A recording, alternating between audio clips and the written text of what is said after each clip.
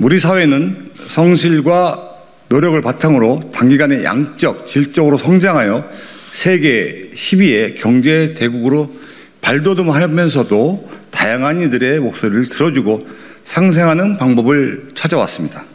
하지만 아직까지도 우리들이 놓치고 있는 목소리가 사회 곳곳에 다수 존재하고 있습니다. 마치 빙산의 일각인 것처럼 법과 제도의 사각지대에서 끊이질 않고 발생하는 성희롱, 성폭력은 물론이고 각종 갑질과 직장 내 괴롭힘, 정서적 폭력에 이르기까지 우리가 듣지 못하고 보지 못하여 놓치고 있는 일들이 지금 이 순간에도 계속하여 발생하고 있습니다. 이러한 문제들은 여전히 해결되지 못한 채로 대한민국을 조금씩 잠식하고 법 제도의 울타리에 들지 못한 이들에게 상대적 박탈감을 주고 있습니다. 법 제도의 사각지대에 있는 이들에게 있어서 성인지 감수성 제고는 먼 나라의 이야기일 뿐입니다. 이러한 갑질의 대상자들은 다른 누구도 아닌 우리의 주변 분들입니다. 한 사람의 배우자이자 누군가의 누이, 누군가의 엄마 혹은 자식이 될 수도 있습니다. 하지만 우리가 누군가의 어머니에게 가해진 갑질을 지나치고 누군가의 누이에 대해서 고개를 돌려 외면하면 누군가의 배우자에게 가해진 폭력을 묵인하는 사이에 이러한 문제들이 점점 만성화될 수도 있습니다. 심지어 이를 바꿔보려던 이들도 이제는 점점 무뎌지고 있는 것 같아 국회의 일원이자 국민의 한 사람으로서 책임을 통감하며 이 자리에 섰습니다. 특히 근로자가 아니면서도 근로자와 비슷한 환경에서 근무하며 본질적으로 갑을관계에 얽매일 수밖에 없는 보험 설계사 등과 골프장 캐디, 라이더 등 특고층이나 문화예술인, 웹툰 소설 작가, 프리랜서 등의 취약계층은 각종 갑질과 폭력에 고스란히 노출되어 있음에도 불구하고 여전히 법과 사각지대에서 권익을 침탈당하고 있어 더욱 큰 책임감을 가지게 됩니다. 실제로 몇 년 전 미투 운동으로 촉발된 세계적인 인식의 대전환에도 불구하고 이러한 특고층, 예술인, 프리랜서를 대상으로 한 갑질 문제는 음지에서 여전히 지속적으로 발생하고 있습니다. 심지어 문제를 전담하는 정부 부처와 국회의 법망조차도 사각지대에 있는 약자들을 지켜주지 못하고 있습니다. 45만 명에 달하는 보험 설계사, 골프장 캐디, 라이더와 같은 특수 형태의 근로 종사자와 예술계에 종사하는 10만여 명의 예술인들, 몇만 명에 달하는 웹툰이나 소설 작가와 같은 프리랜서, 요양보호사나 가사 도우미 같은 분들은 특고층이라는 이유로 근로자성을 인정받지 못한다는 이유로 교육을 시행할 주체나 사업장이 없다는 이유로 특수한 형태의 집단이라는 이유로 각종 변명과 무관심하에서 폭압적인 상황에서조차 어떠한 항의도 제대로 하지 못하고 소외되어 법의 보호도 받지 못한 채 여전히 사각지대에서 각종 갑질의 위협에 노출되고 있는 것입니다. 대한민국 국민이라면 누구나 자유롭게 자신의 직업을 선택할 수 있는 권리가 있고 직업의 특수성은 있을지언정 갑질, 괴롭힘, 감정폭력과 같은 위협으로부터 안전해야 합니다. 하지만 고용노동부는 근로자성이 인정되지 않는다는 이유로 이러한 직업군에 대하여 폭력 예방과 해결의 의무를 등한시하고 있고 여성가족부 또한 마찬가지로 자신들은 별도의 권한이 없고 대신 찾아가는 폭력 예방 교육을 시행하고 있다며 회피성, 면피성 답변만 하는 시스템에 우리는 분노할 수밖에 없습니다. 심지어 고용부와 여가부는 이러한 특고층과 프리랜서 대상 갑질 폭력 상황에 대하여 실태 조사와 같은 현황조차 파악하지 않고 있고 서로 간에 부처 간에 핑퐁하듯 업무를 미루기만 하고 있는 것입니다. 이제는 바꿔야 합니다. 근로자성 인정 불가, 특고층, 예술인, 프리랜서라는 이유로 갑질의 괴롭힘의 사각지대에서 그대로 머물게 해서는 안 됩니다. 실제로 갑질과 폭력의 사각지대에 있는 이들은 갑질의 문제에 연관되는 순간 삶의 모든 것을 잃어버리게 됩니다. 법의 보호를 받고 있는 근로자들과는 달리 근로자의 위치에서 제대로 보호를 받지 못하는 사각지대에 계신 분들은 민사소송 등을 통해 싸워야 하는데 소송이 시작되는 순간 당장 해촉 등의 통보는 물론이고 진행했던 프로젝트나 앞으로 수주할 프로젝트 또 일에서 밀려나게 됩니다. 모든 것이 중단되고 백지화될 수 있는 상황인 것입니다. 심지어는 관련 업계에서 매장당할 각오까지 해야 되고 인생 전체를 걸고 위험을 감수해야 됩니다. 피해자가 이런 상황이 된다는 게 말이 됩니까? 그러나 이러한 갑질 문제가 근절되지 못하고 유야무야 봉합되지 못한 상태로 남아 끊임없이 발생하게 되는 것입니다.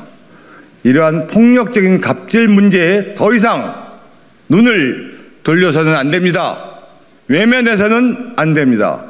근로자뿐만 아니라 인간관계가 얽혀있는 곳이라면 그 어디에서라도 폭력의 위협이 있을 수 있음을 인지하고 고용노동부와 여성가족부가 전향적이고 적극적으로 대처해야 합니다.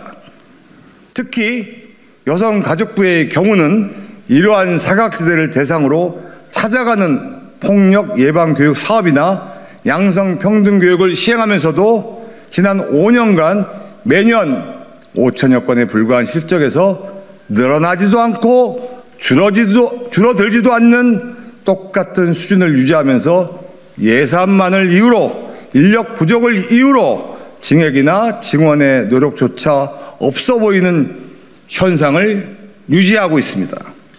그러니 이러한 사각지대가 여전히 없어지지 않고 있는 것입니다. 이러한 무사 안일주의의 태도를 바꾸어야 합니다. 관련 법이 미비하다면 국회에서 만들어야 할 것입니다.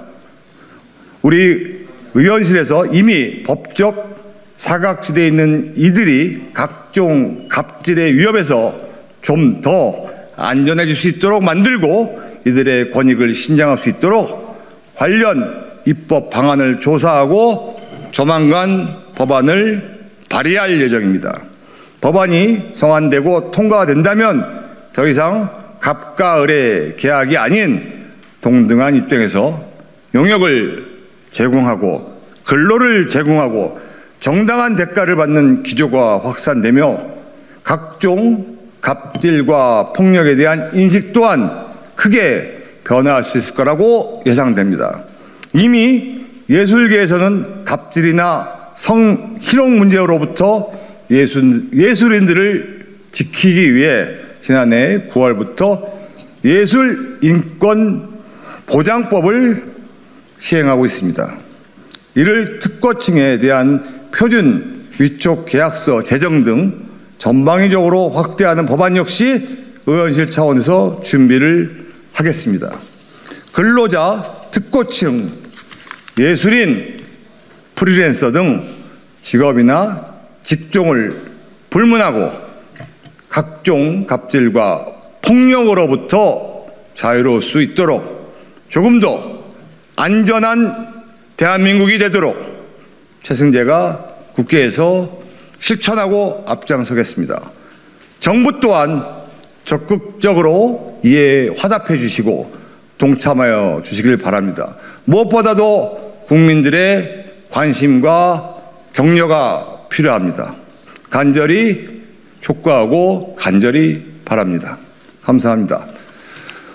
다음은 우리 오늘 관련된 피해 관련된 사례와 이런 부분에 대해서 말씀하실 분들이 또 같이 함께 오셨습니다. 두 분께서 함께 하셨던 분들 중에서 두 분께서 간략하게 이런 사례에 관련된 내용을 말씀하도록 하겠습니다. 저는 대구에서 21년차 보험 설계사 일을 하는 설계사입니다. 저는 이 자리에 현재 많은 설계사들이 처한 상황을 고발하고자 나왔습니다. 저희 보험 설계사들은 관리자들의 횡포와 협박, 욕설, 성희롱 등을 당하는 것이 허다합니다.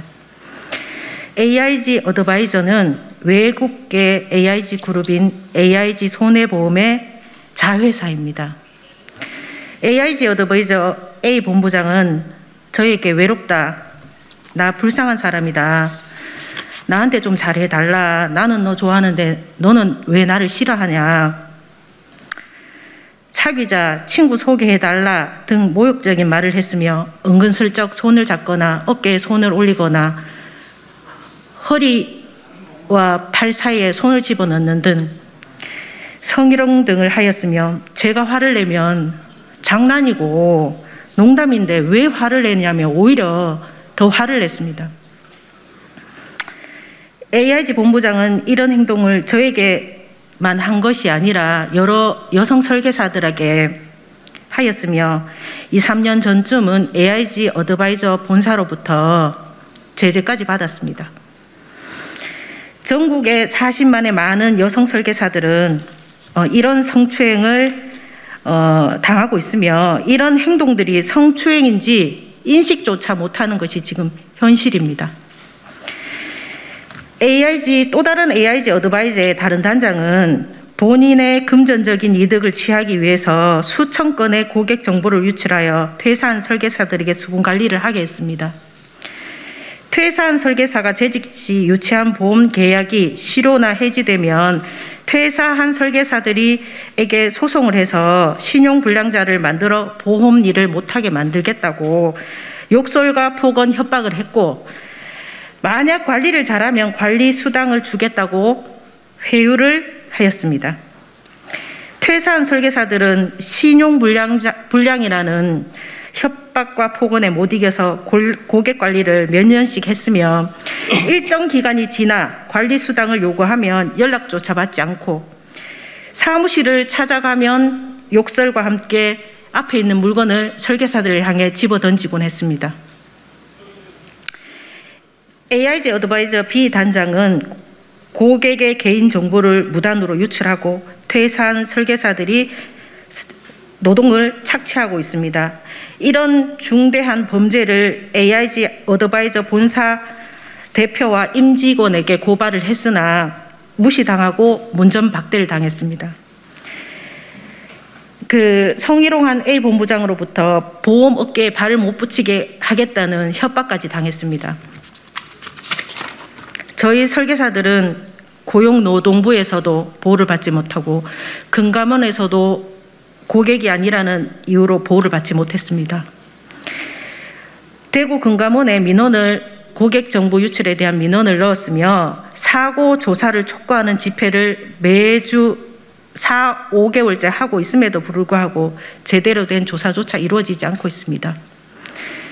경찰서에 개인정보법 위반으로 증거 자료들을 다 취합하여 2022년 9월 고발했음에도 불구하고 지금 6개월, 7개월이 지난 현재까지도 지지부진하고 있습니다. 여러분께 부탁드립니다. 이런 부도덕한 기업과 관리자는 처벌을 받아야 합니다. 제발 도와주십시오. 부탁드립니다. 감사합니다. 2001년도에 다니던 은행을 그만두고 프루덴셜 생명으로 입사해서 보수의 많고 적음을 떠나 행복하게 일할 수 있었습니다. 2020년도에 KB금융그룹에서 저희 회사를 인수하더니 갑자기 판매 전문 회사인 KB라이프 파트너스를 만들었고, 기존의 설계사들을 모두 프루덴셜 생명에서 해촉한 후에 새로운 회사로 재위촉하게 하였습니다. 그 과정에서 우리의 의사는 전혀 고려되지 않았고, 특히 작년 10월 신임 대표이사가 취임한 후에 전국 지점을 방문하면서 회사가 적자 누적으로 자본 잠식 위기라고 여러 경로로 전파를 하고 다니시더니 올해 초에는 보수 지급 기준을 변경해야 한다면서 사내 공지와 동시에 오는 3월 말일까지 새로운 위촉 계약서에 전자 서명을 해야 된다며 개별 통지를 보낸 상태입니다. 그 새로운 보수 지급 기준 내용에는 기존의 보수의 인하, 그리고 인하분은 차후의 보전, 수수료 환수를 위한 최저 보험 계약 유지 기간을 13개월에서 24개월로 연장 등 무엇보다도 설계사들 가정에 한 달 한 달의 생계와 직결될 그런 수수료 기준을 납득할 만한 이유나 충분한 사전 설명 없이 회사가 일방적으로 바꾸면서 현장에서 영업하는 우리의 의사는 전혀 묻지도 따지지도 않았다는 점이고, 뿐만 아니라 3월 말까지 동의서에 서명을 하지 않을 경우 해촉될 수 있다는 식의 얘기를 공공연하게 퍼뜨려가면서 불안과 공포 분위기 속에 서명을 하라고 겁박을 하고 있다는 것입니다. 여기서 묻고 싶습니다. 보험회사의 수익은 누가 만들고 있는지 묻고 싶습니다. KB 라이프 파트너스의 본사 직원들의 월급은 누가 주고 있는지 묻고 싶습니다. 더 달라는 것이 아닙니다. 제대로 받겠다는 것입니다. 출범 당시 회사는 어렵다고 계속 강변해 왔습니다. 애초에 말도 안 되는 적은 자본금으로 시작과 동시에 재무 위기를 야기한 책임을 왜 열심히 현장에서 일하고 있는 보험 설계사가 보수 인하라고 하는 페널티를 받아들여야 합니까? 본사 임직원들에게 묻고 싶습니다. 회사가 어려워져서 급여를 깎아야 되니 모든 임직원들은 받아들이셔야 합니다. 그렇지 않다면 퇴사도 감수하셔야 됩니다. 라고 한다면 받아들이시겠습니까? 기억하기 싫은 일이지만 지난 프루덴셜 생명 시절 2017년도 9월에 저희 지점의 이웃 지점의 지점장님이 본사의 불공정한 지점 평가 제도에 항의하기 위해 본사를 여러 차례 방문을 했고 계속 의견이 받아들여지지 않다가 마지막으로 임원 면담을 한 직후에 본사 건물에서 투신하셨던 그러한 안타까운 일도 있었습니다. 지금 이 시간도 회사의 많은 저와 같은 동료 설계사들은 해촉되지 않기 위해 깎이는 보수 기준을 받아들여야 하는지 깊은 고민 속에 우왕좌왕하고 있는 중입니다. 저 또한 두렵기는 마찬가지입니다. 이상입니다. 두서없는 긴 얘기 들어주셔서 감사합니다. 감사합니다.